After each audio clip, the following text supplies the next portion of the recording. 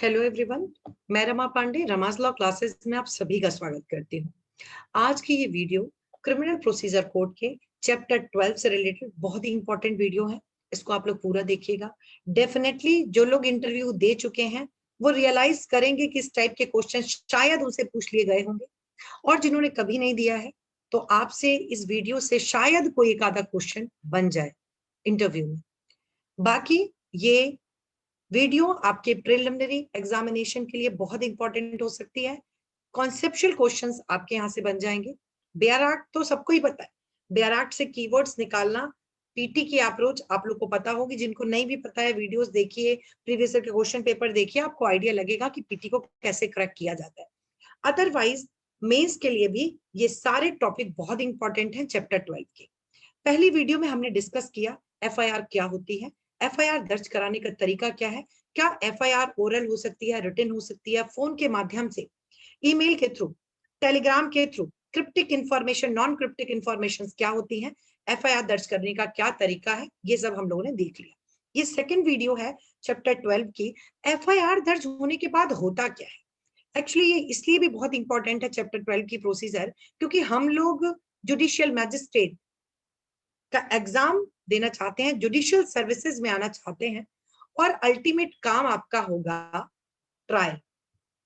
And trial is always based upon the fair investigation. जब हम criminal matter की बात करें तो fair trial is always based upon the fair investigation.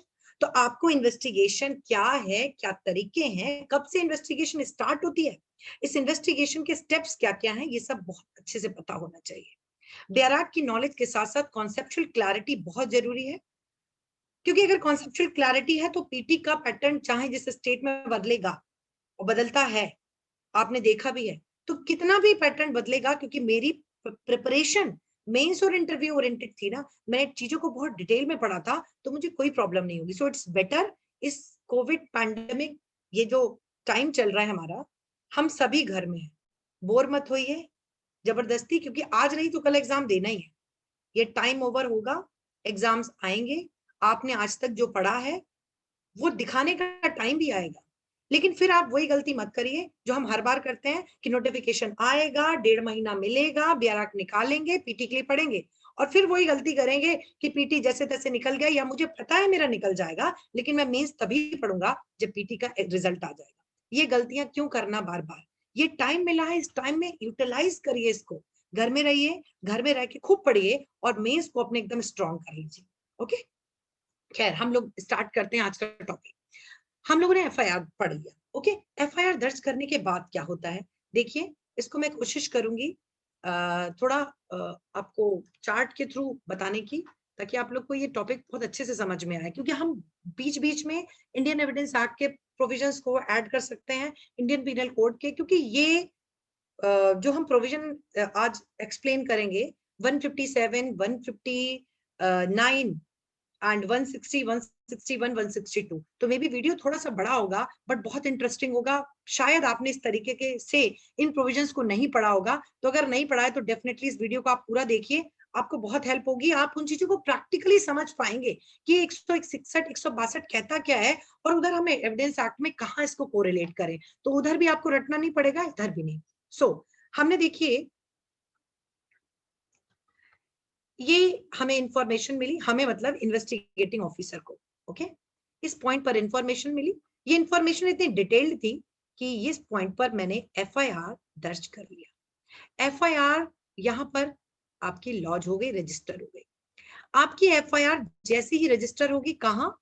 Section 154 CrPC. Okay, FIR दर्ज होते ही फोर्थ विद एक सेक्शन आपका तुरंत काम में आता है, जो सेक्शन है 157 CrPC.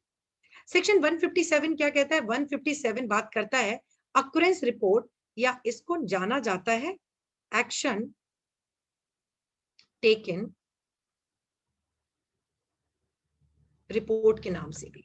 Okay, action taken report के नाम से भी जाना जाता है सेक्शन 157। इसमें होता क्या है, जैसे ही पुलिस ऑफिसर एफआईआर दर्ज करता है इंफॉर्मेशन पर, या अदरवाइज खुद कंप्लेनेंट बनकर एफआईआर दर्ज करता है, तो वो फोर्थ विद जो एरिया मैजिस्ट्रेट होता है, ओके, जो एरिया मैजिस्ट्रेट होगा, उस एरिया मैजिस्ट्रेट को इन्फॉर्म करेगा कैसे?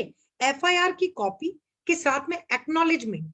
ये एक्नॉलेजमेंट दो बातों का हो सकता है। ये जो रिपोर्ट देगा एक्यूरेंस रिपोर्ट, इसमें दो बातें हो सकती हैं। क्या? कि क्या ये इन्वेस्टिगेटिंग ऑफिसर इन्वेस्टिगेशन कर रहा है इस मैटर में, डूइंग इन्वेस्टिगेशन, पहला। और दूसरा हो सकता है कि इन्वेस्टिगेशन ना करे, नो इन्वेस्टिगेशन। ठीक है ना? दो चीजें हो सकती हैं। अब ये दो चीजें क्यों हो सकती हैं? क्यों? क्योंकि 154 एफआईआर दर्ज करने के बाद 156 अगर आप देखोगे, ये इन्वेस्टिगेटिंग ऑफिसर जिसने एफआईआर को दर्ज किया, जो पुलिस ऑफिसर, जो officer in-charge of police station होता है, he is not bound to investigate the case. If he thinks fit, then he may start investigation। अगर उसको लगता है there is no substance in the case, then FIR दर्ज करने के बाद वो उसको फर्दर इन्वेस्टिगेशन की कोई जरूरत नहीं है, तो वो नहीं भी करेगा। लेकिन ये मनमानापन नहीं चलेगा। इसमें आपको एक occurrence report, action taken report देनी पड़ती है एरिया मैजिस्ट्रेट को सेक्शन 157 में, कि क्या वो इन्वेस्टिगेशन कर रहा है या नहीं कर रहा है। अब आप ये रिपोर्ट दोगे, इसके आगे एक सेक्शन 158 है जो चैनल की बात करता है कि रिपोर्ट कैसे जाएगी। ये रिपोर्ट गई, रिपोर्ट किसके पास आ गई? सेक्शन 159 पर आ जाइए। सेक्शन 159 मतलब मैजिस्ट्रेट को ये रिसीव हो गई अक्रेंस रिपोर्ट। जब रिसीव हो जाएगी एरिया मैजिस्ट्रेट को ये रिपोर्ट, किसकी? जो इन्वेस्टिगेटिंग ऑफिसर ने बनाई, उस पर एक्नॉलेजमेंट लिखा कि मैं इस मैटर में इन्वेस्टिगेट कर रहा हूं या नहीं। इस रिपोर्ट पाने के बाद एरिया मैजिस्ट्रेट क्या करेगा? एग्जीक्यूटिव और जुडिशरी के माइंड में थोड़ा सा डिफरेंस होगा ना। एक एग्जीक्यूटिव, एक जो इन्वेस्टिगेटिंग ऑफिसर है, उसके फैक्ट को देखने का तरीका और एक जुडिशियल मैजिस्ट्रेट का देखने का तरीका अलग हो सकता है। So judicial magistrate will examine the occurrence report, and after examining the occurrence report, the magistrate may be satisfied with the opinion of the executive, मतलब investigating officer, such area magistrate may be satisfy, वो कहता है okay, no issue, ठीक तो है, वैसे भी case में कोई सब्सटेंस नहीं लग रहा, I am satisfied with your decision, so there is no need to investigate the matter. Okay, कोई इशू नहीं। बट ऐसा हो सकता है the area magistrate after examining the occurrence report is of the opinion कि no there is substance, यहाँ पर ground है and you should investigate the case. So वहां पर एरिया मैजिस्ट्रेट क्या करेगा? एरिया मैजिस्ट्रेट में डायरेक्ट, आप सेक्शन 159 देखिए, आपको यही मिलेगा, may direct the investigating officer to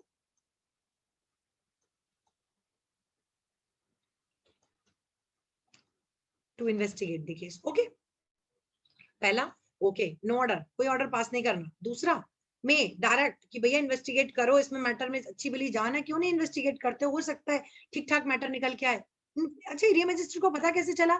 क्यों? क्योंकि अक्रेंस रिपोर्ट में एफआईआर की एक कॉपी होगी। Okay, so after examining the FIR copy and the opinion of the investigating officer, the area magistrate may direct the investigating officer to investigate the case. Okay, दूसरा order हो गया। तीसरा order क्या होगा भाई? तीसरा ऑर्डर हो सकता है कि इन्वेस्टिगेटिंग ऑफिसर, जो एरिया मैजिस्ट्रेट है, after examining the FIR copy, after examining the occurrence report, is of the opinion कि नहीं भाई, हम तुम्हें डायरेक्ट वायरेक्ट नहीं कर रहे हैं। The magistrate is not clear about कि मैं ओके कर दूं, इन्वेस्टिगेट ना कराऊं, या मैं इसको ऑर्डर कर दूं इन्वेस्टिगेशन के लिए। The magistrate is not clear. Okay, magistrate is not very clear about the matter कि इस पर इन्वेस्टिगेशन होना चाहिए नहीं, देन ऐसा हो सकता है द मैजिस्ट्रेट में कंडक्ट क्या? Preliminary inquiry. Okay, either himself, खुद भी, हिमसेल्फ और हरसेल्फ जो भी हो, और through the subordinate magistrate. Okay, subordinate magistrate, ठीक है ना? तो या तो यहां पर एरिया मैजिस्ट्रेट खुद इंक्वायरी कर सकता है, या सबऑर्डिनेट मैजिस्ट्रेट को डायरेक्ट भी कर सकता है। तो ये हो गया हमारा 159। ये अब एक बात ध्यान रखना, 159 में ये पावर्स तीनों दी कब है भाई? ये पावर केवल तब दी है जब पुलिस ऑफिसर ने ये कहा हो अक्रेंस रिपोर्ट में कि no I am not going to investigate the case, then the magistrate ये ऑर्डर्स कर सकता है। But if the occurrence report shows that the investigating officer is already investigating the case, then there is no need to pass order under section 159। Okay, तो फिर magistrate को कोई जरूरत नहीं, क्योंकि पुलिस ऑफिसर तो ऑलरेडी इन्वेस्टिगेशन कर रहा है। सो ये हमारी हो गई 159 तक की बात। अब नेक्स्ट, अगर पुलिस ऑफिसर इन्वेस्टिगेशन कर रहा था, अक्रेंस रिपोर्ट में बताया, अगर पुलिस ऑफिसर इन्वेस्टिगेशन कर रहा था तो क्या करेगा?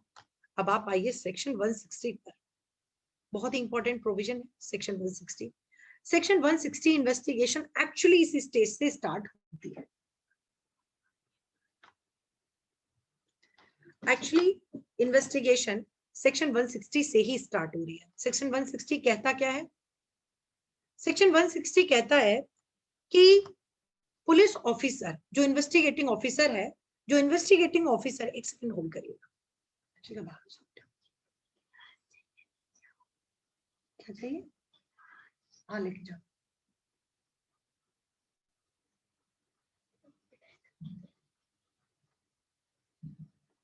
Yes, section 160। सेक्शन 160 क्या कहता है? Section 160 is the enabling provision. Okay, ये एक तरीके से अधिकृत कर रहा है इन्वेस्टिगेटिंग ऑफिसर्स को। Enabling provision, it enables the police officer. क्या इनेबल करता है?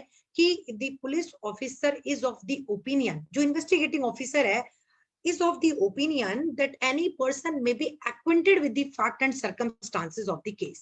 Like ये स्पॉट है और इस स्पॉट पर ये कोई मिस्टर ए है जिनका मर्डर हो गया।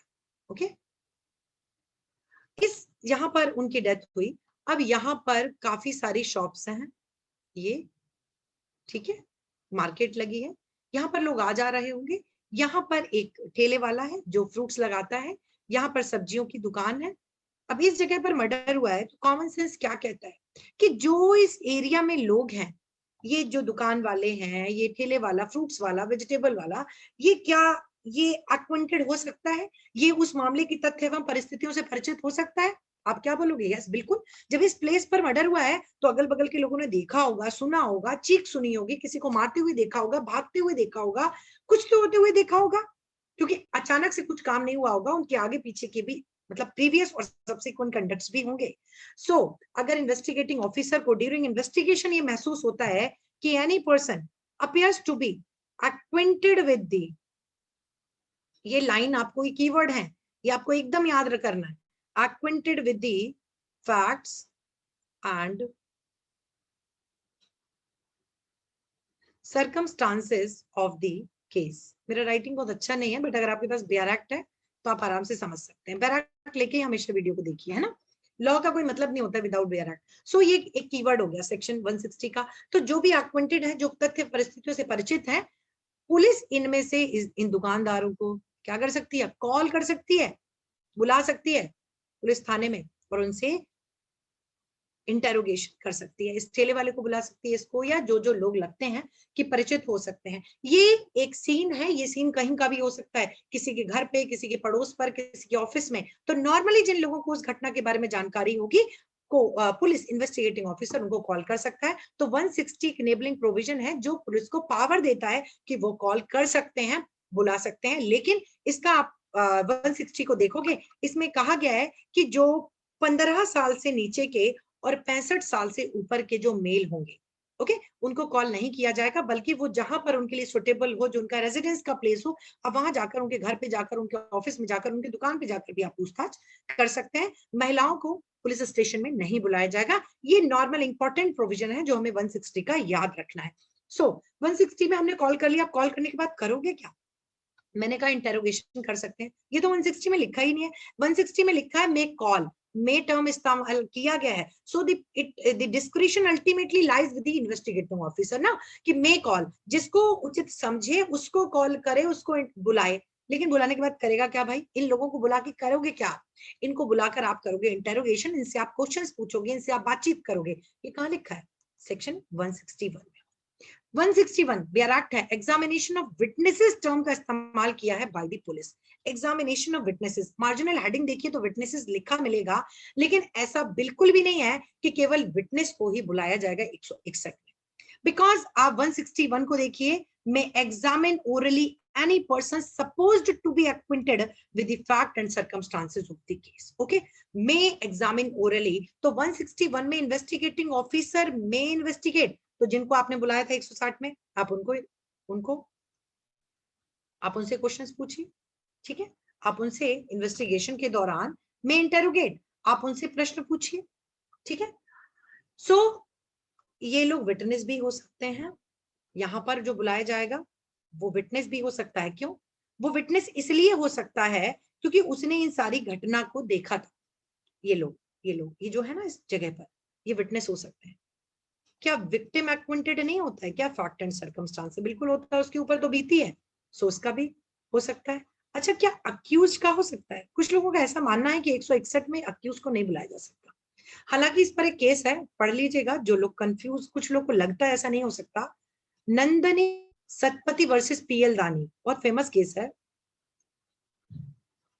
नंदनी सतपति वर्सेस पीएल दानी का मैटर है ये, ऑनरेबल सुप्रीम कोर्ट का है। इसमें सुप्रीम कोर्ट ने क्लियरली कहा है कि एक अक्यूज का भी इंटरोगेशन एग्जामिनेशन 161 में हो सकता है, but the accused person is not bound to make the self incriminating statements. Okay, so accused हो सकता है। आपने ये जो विटनेस बने बैठे हैं ना, कोई व्यक्ति विटनेस बन के आया लेकिन बाद में अल्टीमेटली वही अक्यूज निकल के आ गया। अभी तो विटनेस की तरह अपियर हो रहा था, वो अभी तो इन्वेस्टिगेटिंग ऑफिसर उसको एज अ विटनेस एग्जामिन कर रहा था, लेकिन वो बाद में निकल के आया चार्जशीट में अक्यूज, तो एग्जामिनेशन तो उसका हो चुका ना। सो इसमें नंदनी सतपति में ये भी कहा गया। सो अब आइए 161 पर चलिए, ये हो गया। अब हम देखते हैं कि यहाँ पर देखिए क्या किया पुलिस ने। 160 में कुछ को कॉल किया, इनेबलिंग प्रोविजन।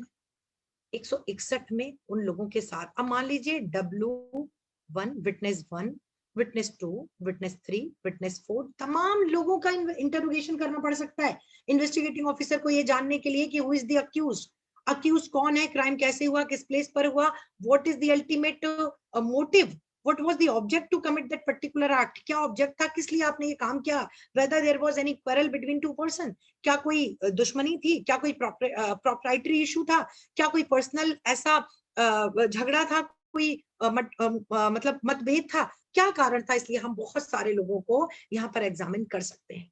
ये बात ध्यान रखिएगा, ऐसा जरूरी नहीं है कि 161 को फॉलो किया ही जाए, सॉरी 160 को।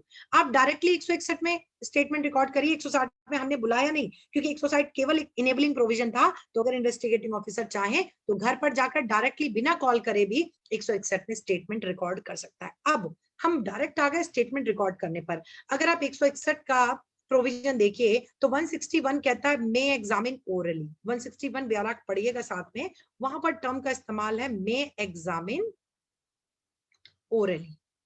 ओके, तो नॉर्मली इन ये जो जितने भी लोग होंगे, W5 में W लिख रही हूँ, यहाँ पर कोई भी हो सकता है, विक्टिम भी हो सकता है।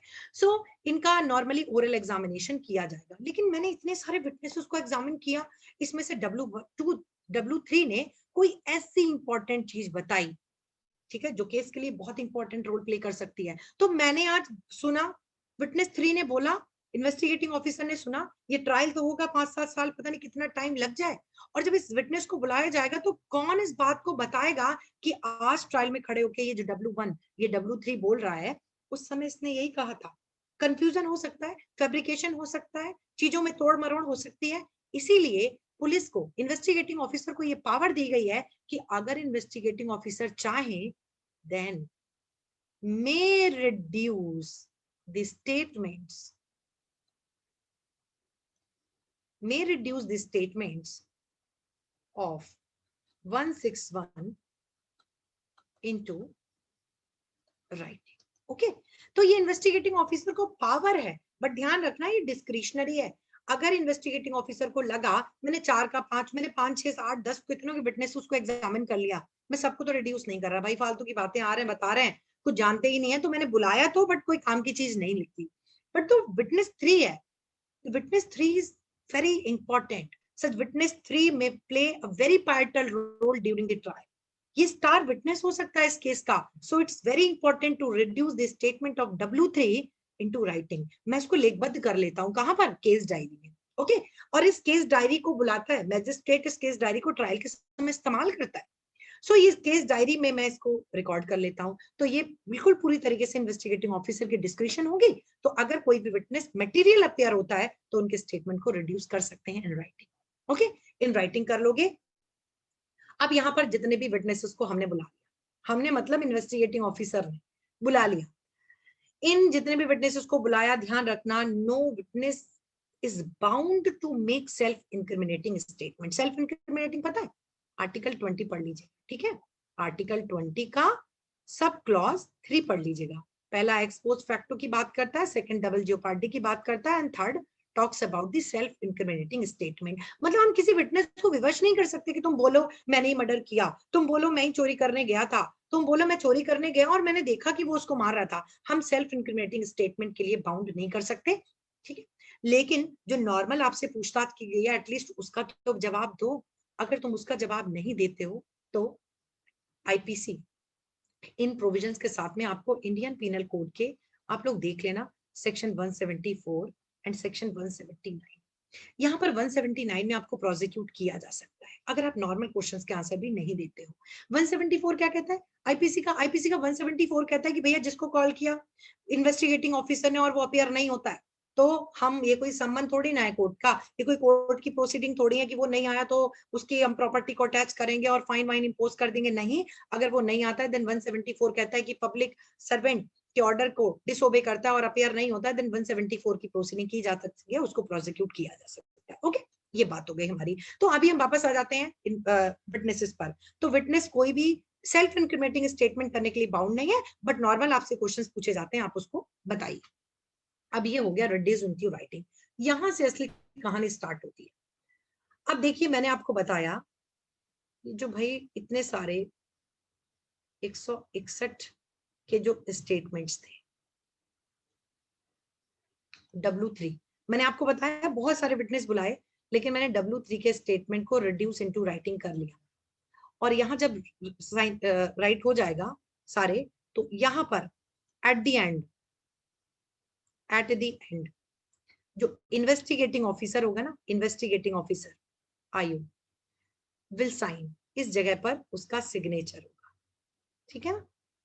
मान लो मैं ही हूं अगर, तो मैंने यहाँ पर अपना साइन कर दिया आर शर्मा। ओके, सो ये मेरा साइन हो गया इन्वेस्टिगेटिंग ऑफिसर का। लेकिन W3 will not sign, W3 को साइन करने की कोई नीड नहीं है, कोई कंपल्शन थोड़े है आप ऐसे स्टेटमेंट का हो, आपने स्टेटमेंट किए, आप कोई कंपल्शन नहीं है कि आप फिर कि आपने साइन करो, आपको साइन नहीं करना, investigating officer will sign.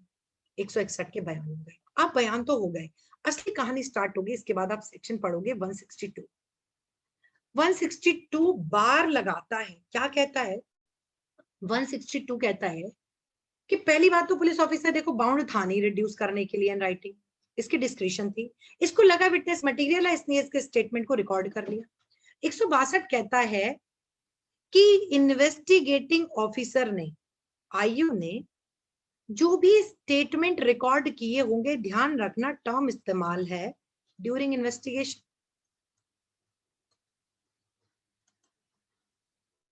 During investigation जो भी स्टेटमेंट रिकॉर्ड किए गए होंगे, पहली बात ध्यान रखना ड्यूरिंग इन्वेस्टिगेशन लिखा है, सॉरी कहीं ये नहीं लिखा है ड्यूरिंग एग्जामिनेशन, कहीं ये नहीं लिखा है ड्यूरिंग एग्जामिनेशन ऑफ 161। तो पहली चीज तो इसको, इसकी इंटरप्रिटेशन को लिमिट कुछ लोग कर देते हैं, इसको हमें लिमिटेड नहीं करना है। ओके, इंटरप्रिटेशन सही करनी है लॉस की, इसकी लिमिटेड इंटरप्रिटेशन एकदम नहीं करना।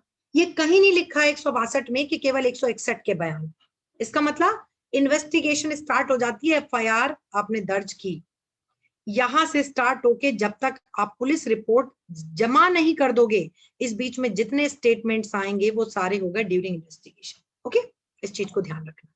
सो ये बात करता है ड्यूरिंग इन्वेस्टिगेशन, ना कि ड्यूरिंग एग्जामिनेशन ऑफ 161। लेकिन ये 161 के बयान होते तो ड्यूरिंग इन्वेस्टिगेशन ही है ना, इसीलिए 161 के बयान हिट हो जाते हैं 162 से।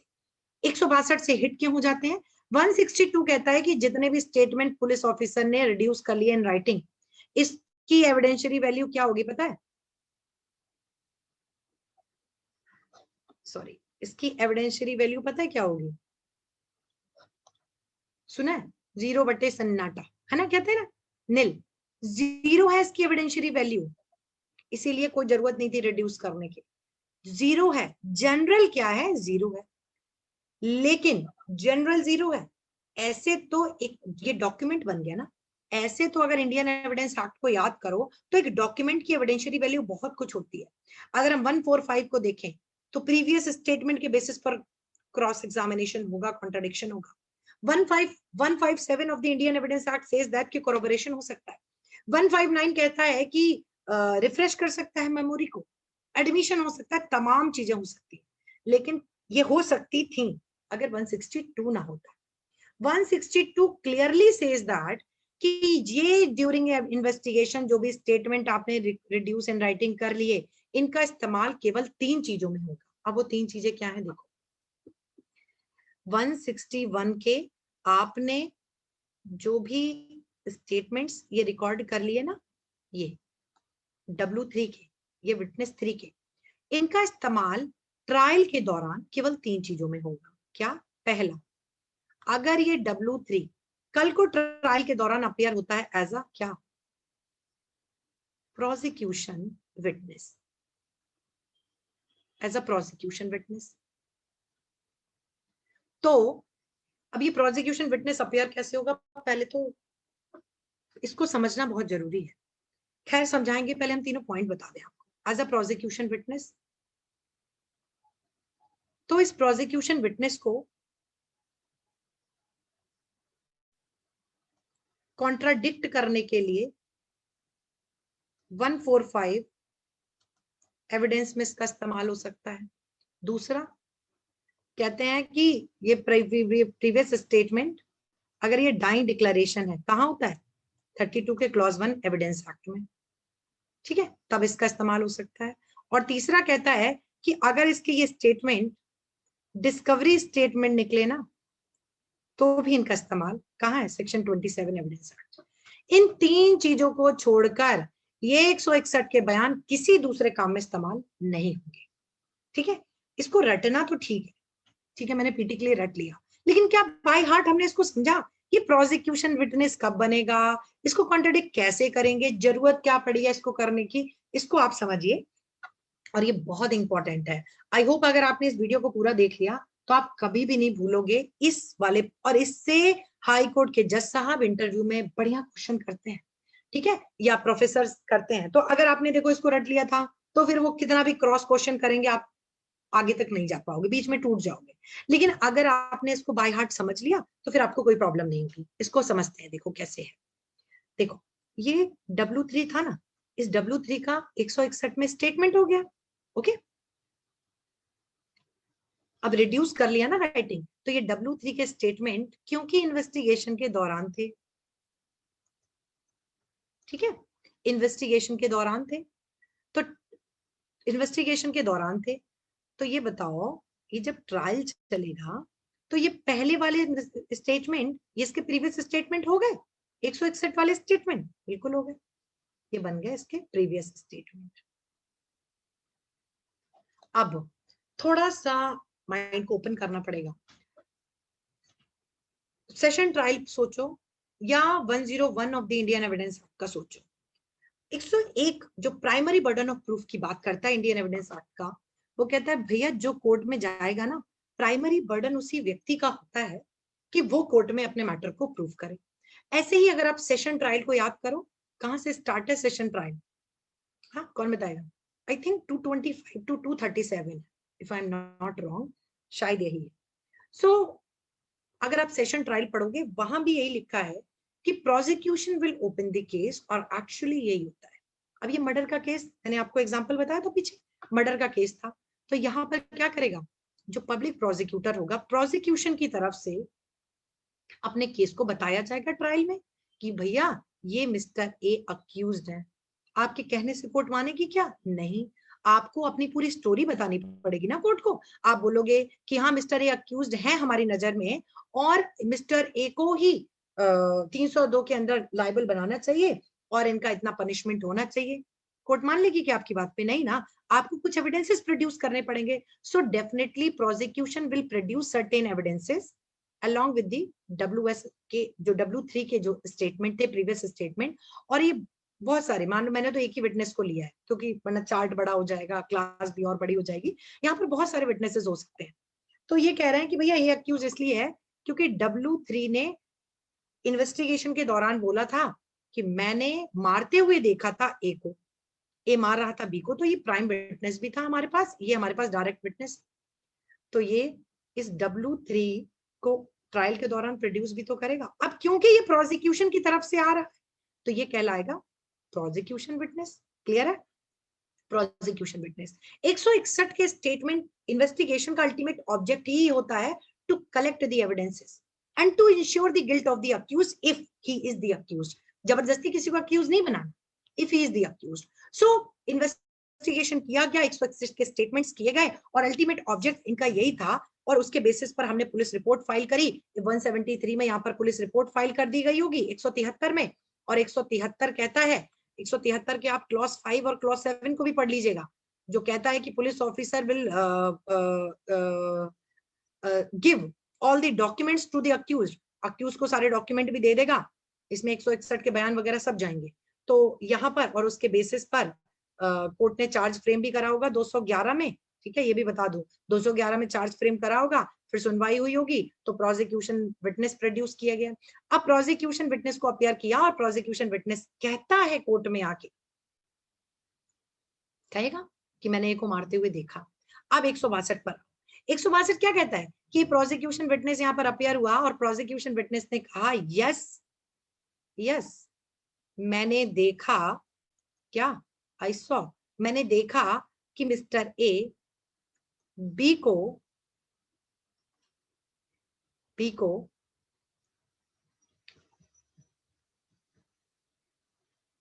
तलवार से मार रहे थे। ओके, मैंने देखा कि तलवार से मार रहे थे। ये प्रोसिक्यूशन विटनेस से ट्रायल में भी आके कह दिया, कोई प्रॉब्लम नहीं, इसने प्रीवियसली कह भी चुका था। और अगर 145 एविडेंस एक्ट का याद हो तो 145 क्या कहता है कि किसी भी विटनेस को प्रीवियस स्टेटमेंट के बेसिस पर, प्रीवियस स्टेटमेंट 161 के बेसिस पर कॉन्ट्राडिक्ट किया जा सकता है, क्रॉस एग्जामिन किया जा सकता है, लेकिन हम यहाँ क्रॉस एग्जामिन नहीं करेंगे क्योंकि 162 की बार लग जाएगी। 162 कहता है भैया कॉन्ट्राडिक्ट करो, केवल क्रॉस एग्जामिन नहीं करोगे। सो हम 145 के बेसिस पर हम क्या करेंगे, इसको कॉन्ट्राडिक्ट करेंगे। अब कॉन्ट्राडिक्शन होता क्या है, करोगे कैसे कॉन्ट्रडिक्शन, बहुत सारे लोगों को नहीं पता होगा। देखो कॉन्ट्रडिक्शन होता है, कॉन्ट्रडिक्शन का मतलब होता है जस्ट टू अपोजिट फैक्ट्स। यहाँ पर एक कहता है कि मैंने बी को तलवार से मारते हुए देखा और 161 में उसने लिखवा रखा था इन स्टेटमेंट में कि मैंने देखा कि ए बी को चाकू से मार रहा था। मैंने देखा ए बी को, ए ने गला पकड़ा हुआ था और कोई और व्यक्ति उसको मार रहा था। तो दोनों स्टेटमेंट एकदम कॉन्ट्राडिक्टरी हैं। यहाँ कह रहे हो तलवार से मारा, वहां कहते हो चाकू से मारा, यहाँ कहते हो तलवार से मारा, वहां कहते हो गला दबा के मारा। सो जहां पर प्राइमा फेसाई दो ऑपोजिट फैक्ट्स हैं, तो यहाँ पर क्या करेगा द डिफेंस काउंसिल, अब ये अपना कर लेंगे। इसके बाद 102 में burden will shift, 102 evidence act याद करिए, कोरिलेट करिए। 102 में burden will shift upon the defence. Okay, defence के ऊपर डिफेंस क्या करेगा, अपने आप को बचाव लेने के लिए इस प्रोसिक्यूशन विटनेस को डायरेक्टली कॉन्ट्राडिक्ट करेगा ऑन द बेसिस ऑफ 161 के स्टेटमेंट और कहेगा अरे भैया such witness is not credible. Court को अब कॉन्ट्राडिक्ट करते क्यों है, कॉन्ट्राडिक्ट इसलिए करते हैं, अगर आप 155 अगेन बहुत एविडेंस एक्ट आसान है, आप अगर ऐसे पढ़ोगे, लॉ बहुत इजी है। 155 में मोड्स बताए हैं हाउ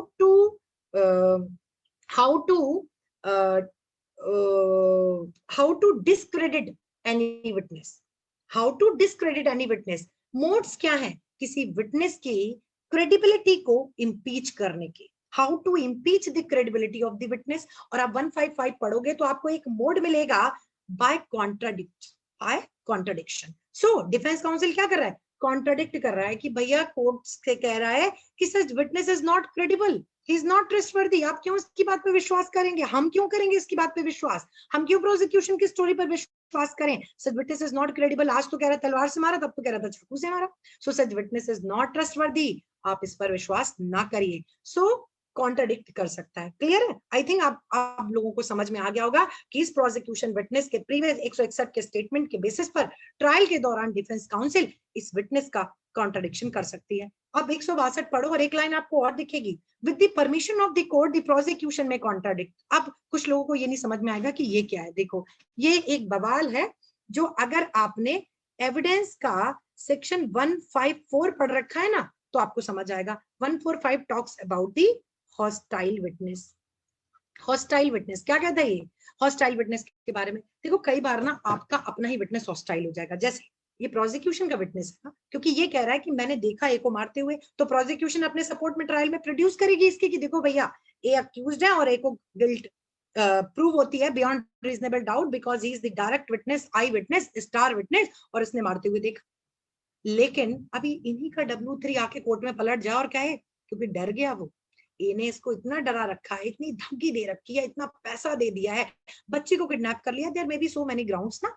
सो ये विटनेस ए जो है हॉस्टाइल हो गया, और विटनेस विटनेस ए नहीं, सॉरी W3 है ना, ए तो अक्यूज है, W3 हॉस्टाइल हो गया।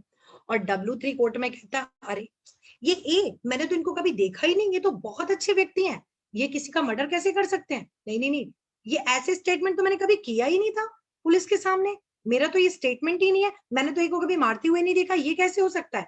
So now the witness becomes hostile, turn hostile, इसको कहते हैं हॉस्टाइल विटनेस। अब क्योंकि ये भैया प्रोसिक्यूशन का ही W3 था विटनेस, और ये हॉस्टाइल हो गया, सो ये 154 एविडेंस एक्ट कहता है कि ऐसी सिचुएशन में ये जो प्रोसिक्यूशन है ये अपने ही विटनेस को कॉन्ट्राडिक्ट कर सकता है, अपने ही विटनेस को कॉन्ट्राडिक्ट कर सकता है, लेकिन कोर्ट की परमिशन लेके, और आप कहोगे कोर्ट से कि now W3 is not credible, है ना, W3 इज नॉट क्रेडिबल, ये झूठ बोल रहा है, इसके स्टेटमेंट सही थे, और ट्राई कोशिश करेगा कि ये हॉस्टाइल विटनेस से अपने ही विटनेस को कॉन्ट्राडिक्ट करने का। सो ये हुआ 162 में कैसे कॉन्ट्राडिक्शन होगा। ओके, आई थिंक आप लोग को समझ में आया होगा। दूसरा, अच्छा ये हो गया। अब एक इसमें बहुत ही इंपॉर्टेंट पॉइंट है 162 का, देखो डाइंग डिक्लेरेशन और डिस्कवरी स्टेटमेंट तो बिल्कुल सिंपल है, 161 के बयान करने के बाद वो व्यक्ति की डेथ हो गई तो वो बन जाता है डाइंग डिक्लेरेशन, इसका आप इस्तेमाल कर लो ट्रायल में, क्योंकि अब वो व्यक्ति है नहीं, तो कॉन्ट्रडिक्शन कैसे करोगे उसका, कॉन्ट्रडिक्शन के लिए such witness must be present before the court ना, तभी तो उसको डिफेंस काउंसिल उससे कहेगी कि नहीं नहीं नहीं तुमने वो स्टेटमेंट किया, आज ये स्टेटमेंट करा, but such person is not there ना, वो है ही नहीं यहाँ पर, तो आप उससे कैसे कॉन्ट्रडिक्ट करोगे।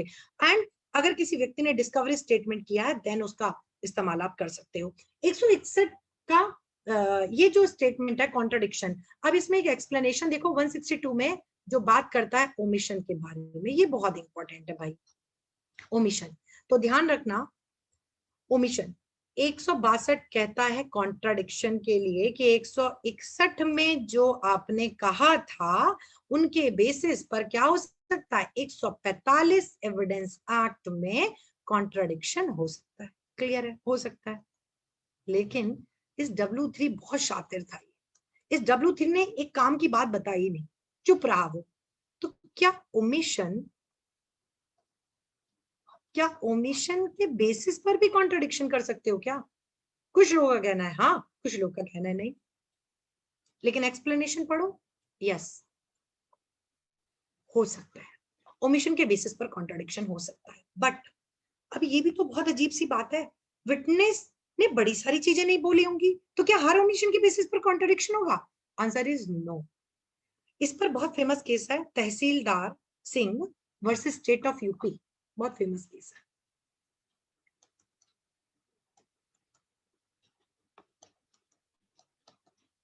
Versus State of UP, I think 1959 Supreme court.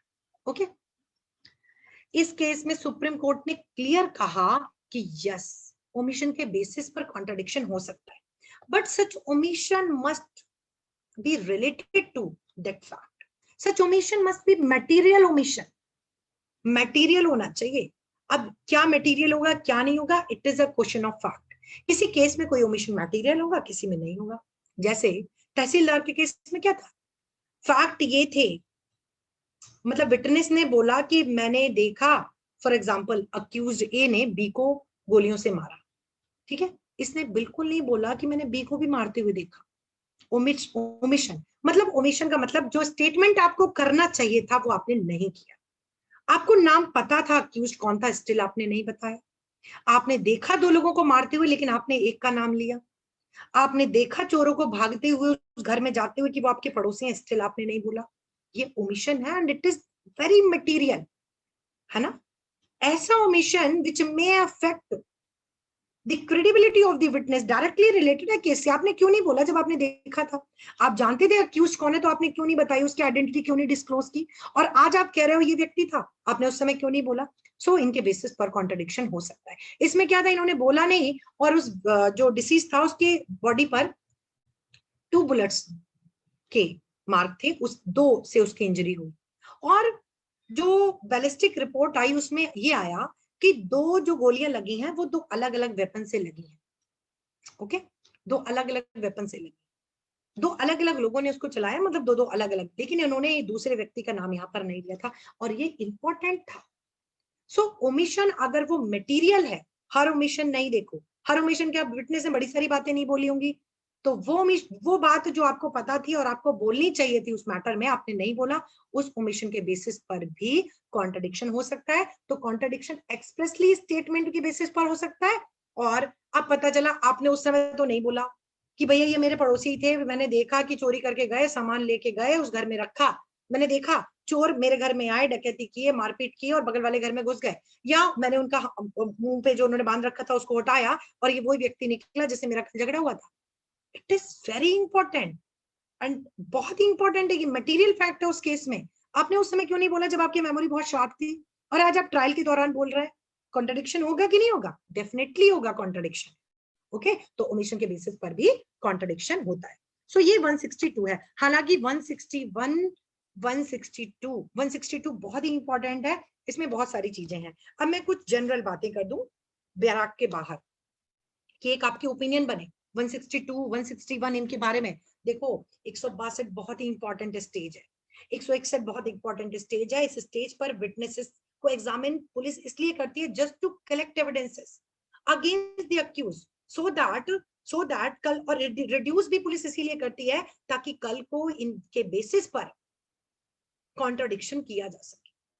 और इन्हीं की जो केस डायरी में जितने विटनेसेस हैं, कल को आपने पुलिस रिपोर्ट लगाई और आपने चार्जशीट, भाई इन्हीं के बेसिस पर तो आप जानोगे ना, इन्वेस्टिगेटिंग ऑफिसर इन्हीं के बेसिस पर तो जानेगा ऑफेंस हुआ या नहीं हुआ, इन्हीं के बेसिस पर चार्जशीट लगाएगा और इन्हीं के बेसिस पर कोर्ट चार्ज फ्रेम करेगी, कोर्ट कॉग्निजेंस लेगी 190 के 1B में, और फिर चार्ज फ्रेम करेगी, इशू प्रोसेस करेगी, ट्रायल करेगी, इन विटनेसेस को एग्जामिन करेगी। तो ये बहुत ही इंपॉर्टेंट स्टेज है और प्रोसिक्यूशन इन्हीं विटनेसेस के बेसिस पर अपने केस को स्ट्रॉन्ग बनाता है। ओके, इनके बेसिस पर गिल्ट इंश्योर कराता है अक्यूज की कि such person is liable to be punished under 202 204 whatever, जो भी केस का फैक्ट हो, और इन्हीं के बेसिस पर डिफेंस काउंसिल इनको कॉन्ट्राडिक्ट करती है। सो ये बहुत ही इंपॉर्टेंट है। आई थिंक अब देखिए लाइव यहाँ पर रिकॉर्डेड वीडियो में तो इतना ही हो सकता है। अगर आप लोग डिटेल में सीआरपीसी पढ़ना चाहते हो इस तरीके से, इस समय सीआरपीसी चल भी रहा है हमारे ऑनलाइन बैच में, इवनिंग में क्लास होती है 5:30 टू 7:30। अगर आप लोग कोई भी इंटरेस्टेड है तो आप लोग 7838379595 पे कॉल या मैसेज कर सकते हो। अगर कॉल पिक ना हो तो आप क्लासेस कर सकते हो। वहां पर मैं आपको फुल नोट्स प्रोवाइड कराती हूँ मेंस ओरिएंटेड, क्योंकि प्रिपरेशन देखो मेंस ओरिएंटेड करनी है, पीटी तो निकल जाएगा, तो मेंस इंटरव्यू ओरिएंटेड जितने भी एक्सपेक्टेड इंटरव्यू के क्वेश्चंस होते हैं हम क्लास में डिस्कस करते हैं स्टूडेंट से, तो they are very well prepared for the interview. जब भी आएगा 1 साल 2 साल 3 साल 4 साल में वो जाएंगे ना, तो उन्हें कुछ नया नहीं लगेगा। तो इंटरव्यू मेंस के लिए क्लास में फुल नोट्स हम करवाते हैं। अगर आपको क्लासेस पसंद आती हैं तो डेफिनेटली लाइक करिए, शेयर करिए और चैनल को सब्सक्राइब करिए, अपने फ्रेंड्स के साथ करिए, ताकि इससे क्या होता है, एक मोटिवेशन मिलता है। अगर आप एक्नॉलेज करते हैं उस चीज को कि यस मैम आपका पढ़ाने का तरीका अच्छा है, या हमें कुछ नया मिला, या ये हमारे एग्जाम के लिए बेनिफिशियल हो सकता है, देन डेफिनेटली उसे एक मोटिवेशन मिलता है कि yes we should upload more and more videos ना related to that particular topic. तो अगर आप लोग को अच्छा लगे देन डेफिनेटली इसको शेयर, सब्सक्राइब करिए एंड कमेंट करिए। Thank you so much.